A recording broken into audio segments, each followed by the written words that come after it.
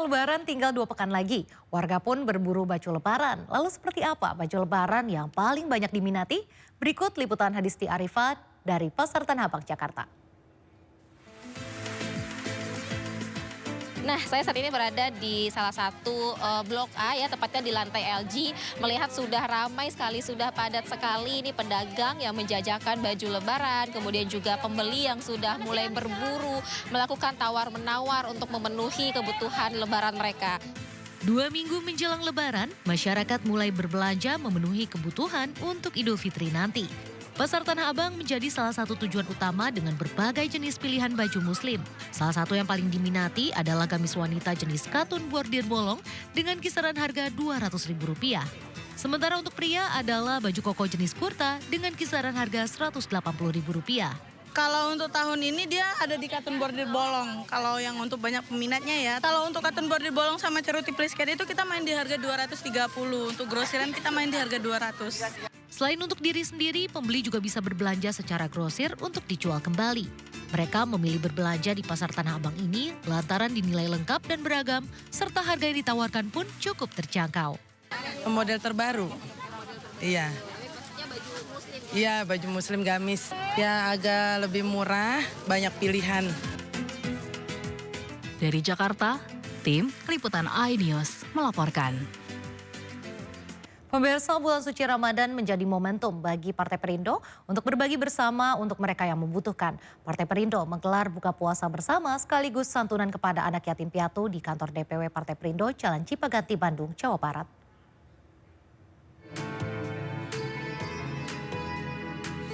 Di bulan suci Ramadan, DPW Partai Perindo Jawa Barat rutin menebar kebaikan kepada sesama. Salah satunya melalui program buka puasa bersama dan santunan kepada anak yatim piatu. Kegiatan yang turut dihadiri PLT Ketua DPW Partai Perindo Jawa Barat, Ferry Kurnia Rizkiansyah ini, sekaligus sebagai ajang konsolidasi dan mempererat silaturahmi antar kader Partai Perindo.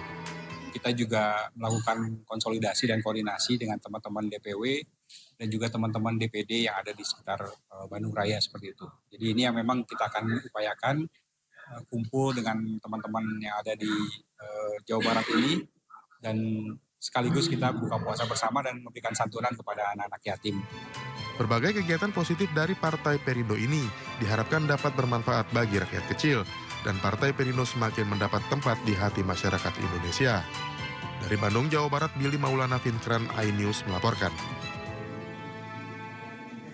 Usai dinyatakan pilot, PT Sritex akan beroperasi kembali dengan investor baru. 5.000 pekerja PT Sritex disebut sudah mendapatkan kontrak baru untuk kembali bekerja. Niat pemerintah untuk mempekerjakan kembali eks-karyawan PT Sri Rejeki Isman Tbk tidak lama lagi akan terwujud. Diinformasikan 5.000 eks-karyawan PT Sritex sudah menaikkan kontrak kerja setelah PT Sritex mendapatkan satu investor baru. Hal ini juga dibenarkan oleh Yasierli, Menteri Ketenagakerjaan saat mendatangi PT Sritex di Sukoharjo, Jawa Tengah. Dalam kunjungan kerja itu, Yasierli memastikan pemenuhan hak-hak pekerja yang terdampak akibat pilotnya Sritex Group. Melanjutkan bisnis PT Sritex Group dan juga tidak terlepas dari peran tim kurator yang telah membuka kesempatan bagi investor yang berminat untuk mengaktifkan kembali operasional perusahaan. Sehingga dengan sendirinya terbuka juga peluang kesempatan bagi ex-pekerja Sritex Group untuk bekerja.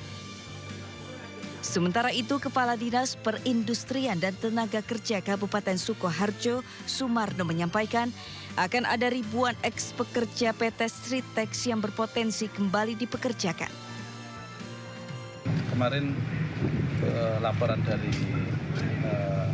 calon investor ini 5.000 untuk tahap pertama, kemudian nanti akan selanjutnya dilakukan penuntutan selanjutnya.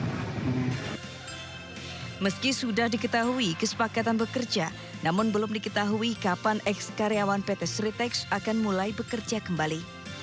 Dari Sukoharjo, Januar, iNews melaporkan. hampers kue kering di Kota Cimahi, Jawa Barat kebanjiran pesanan untuk hadiah lebaran.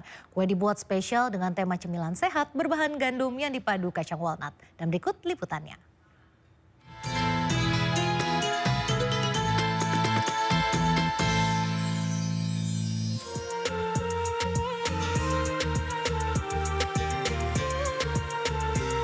Mendekati Lebaran, industri rumahan hampers kue kering di Kota Cimahi, Jawa Barat mulai kebanjiran pesanan. Beragam model hampers yang unik ditambah cita rasa kue yang lezat, sukses memikat hati para pembeli. Inilah hampers-hampers hasil kreasi ibu muda bernama Yuliawati. Beragam model hampers lengkap dengan pernak-pernik hiasannya tampil ciamik sebagai bingkisan di hari Lebaran. Selain cantik, hampers ini terbilang ramah lingkungan karena tidak sekali buang. Bahannya yang awet dan bisa dimanfaatkan sebagai tempat lainnya. Yuli menyuguhkan kue spesial dengan tema cemilan sehat, yakni kue berbahan dasar gandum dipadukan dengan kacang walnut yang kaya akan antioksidan. Ini pasti buat rekanan di kantor suka nyarinya dari sini dan mereka juga suka request, ih lucu. Kebetulan saya juga suka ngirimnya keluar pulau karena pasti belinya di sini tiap tahun. Pada momen Ramadan ini, Yuli dibanjiri pesanan hampers yang meningkat hingga 50% dibanding hari biasa. Jadi sebelum kejual biasa yang langganan udah tiap tahun, saya tuh pagi sama malam live TikTok yang nontonnya tuh hampir di atas 1.000 orang. Udah gitu mereka itu bukan beli pas untuk lebaran. Jadi beli saat itu dia nonton, saat itu dia beli dan kirim hari itu. Jadi kita tuh memang spesialnya kirimnya lewat paksel yang kalau nyebutin. Karena aman gitu. Bagi Anda yang berminat, hampers buatan Yuli ini dibanderol mulai dari Rp150.000 hingga Rp2 juta. Dari Cimahi, Jawa Barat, Yuwono Ayus melaporkan. Meski Hari Raya Idul Fitri 1446 Hijriah masih 2 pekan lagi, namun sejumlah warga mulai berburu perhiasan emas di salah satu toko emas di Pasar Kota Serang, Banten.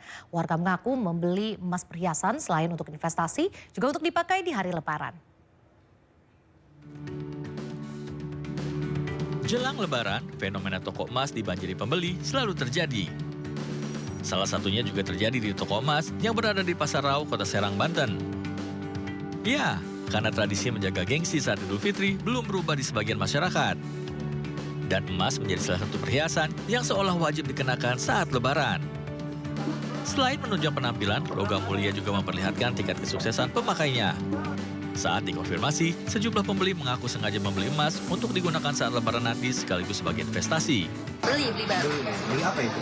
Beli kalung, gelang, tadi ada cincin sama ada anting di sini. Buat simpenan investasi. Dipakai tapi nggak semua mungkin.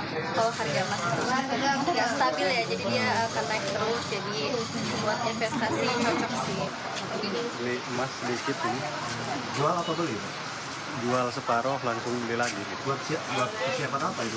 Buat istri, buat persiapan Lebaran. Belajar dari Ramadan tahun sebelumnya, pemilik toko perhiasan akan memajang perhiasan lebih banyak di etalase sehingga pembeli bisa dengan leluasa memilih. Selain itu, biasanya pihak toko akan memberikan souvenir guna menarik pelanggan dan meningkatkan penjualan. Dari Serang, Banten, Maisa Apriandi, iNews melaporkan.